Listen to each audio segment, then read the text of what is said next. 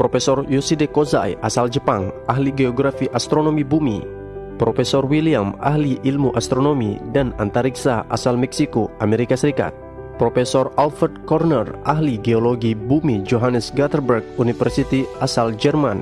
Ketiga ilmuwan jenius NASA ini telah percaya dengan Al-Quran dan Nabi Muhammad SAW dan memutuskan untuk memeluk agama Islam secara terbuka. Bagaimana kisah selengkapnya? Mari simak video ini sampai selesai. Bismillahirrahmanirrahim. Assalamualaikum warahmatullahi wabarakatuh.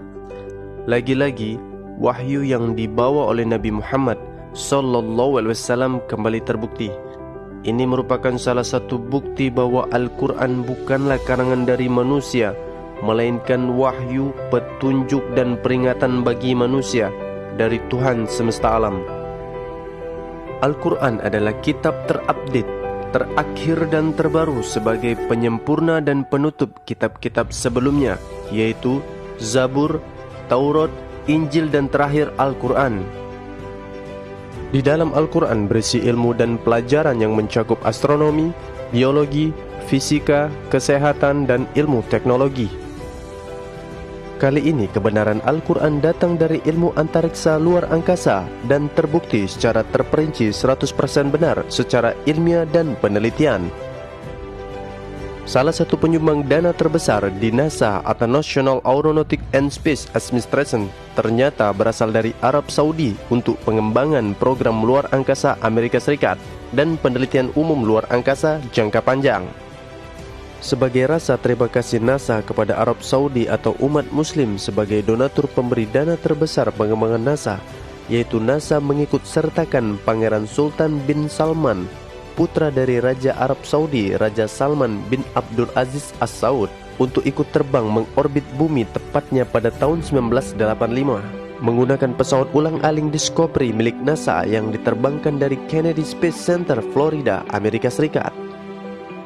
Ada hal yang menarik sepanjang perjalanan karir NASA selama penelitian di luar angkasa, yaitu mereka takjub dengan pemandangan aurora ketika di zoom ribuan kali dengan kamera luar angkasa super canggih yang bernama Darkers.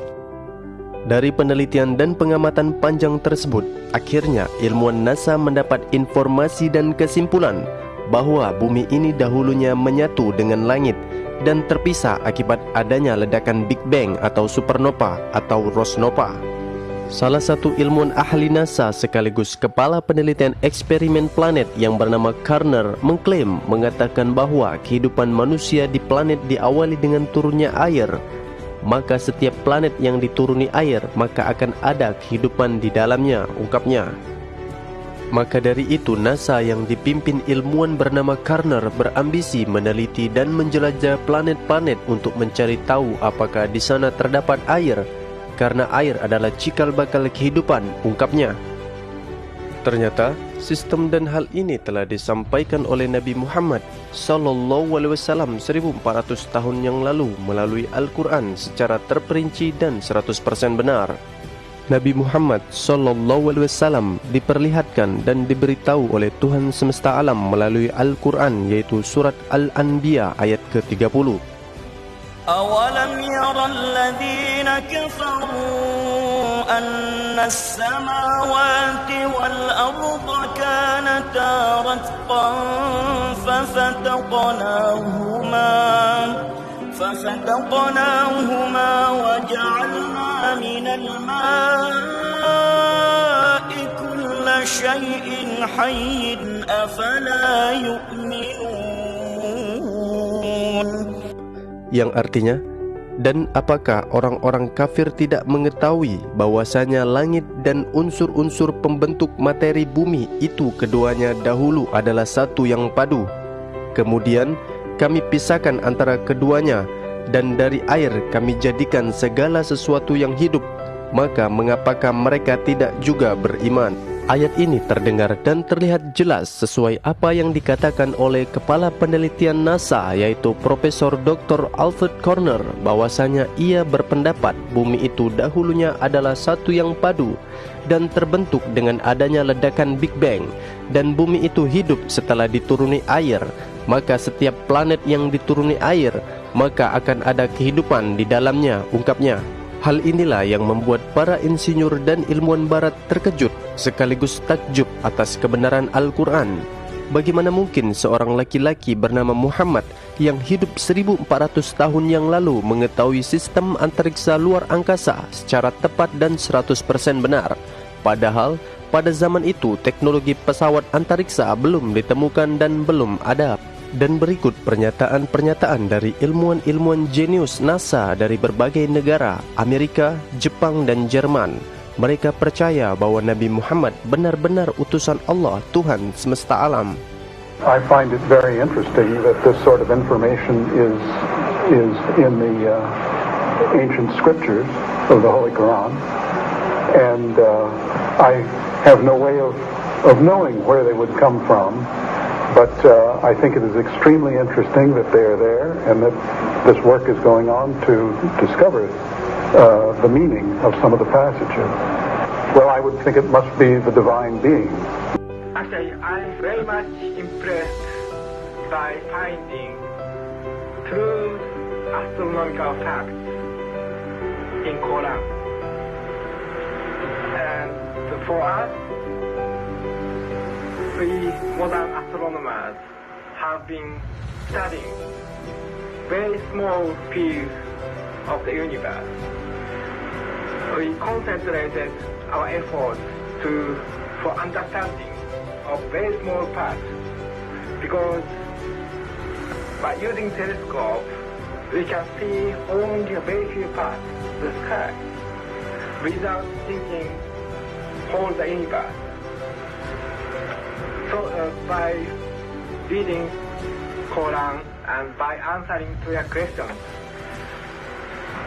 I think I can find my future way for investigation of the universe. Thinking of many of these questions and thinking where Muhammad came from, he was after all a Bedouin. I think it is almost impossible that he could have known about things like the common origin of the universe, because scientists have only found out within the last few years with very complicated and advanced technological methods that this is the case.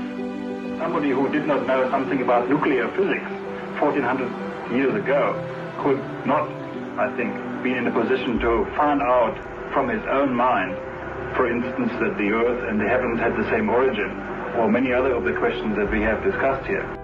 Dan pada akhirnya ilmuwan-ilmuwan ini akhirnya memeluk Islam, dan mereka harus kehilangan jabatan mereka sebagai kepala penelitian di NASA, dan negara barat berusaha menutupi berita ini dan menutupi berita kebenaran Islam.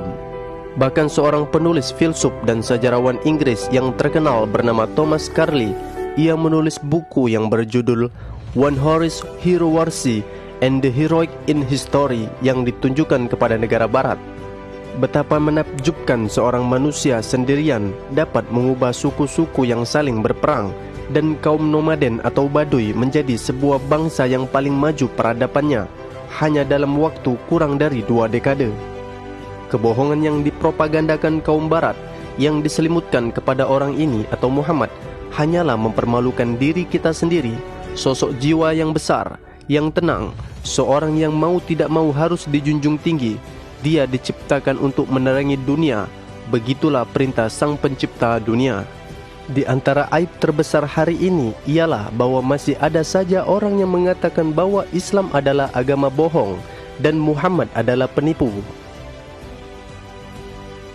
Begitulah isi dari pernyataan buku yang ditulis oleh Thomas Carlyle yang laris manis di pasaran, yang menyatakan bahwa betapa bodohnya negara barat yang masih belum percaya Islam, padahal sudah banyak pembuktian sains dan teknologi bahwa Muhammad benar-benar nabi terakhir pembawa berita dari langit.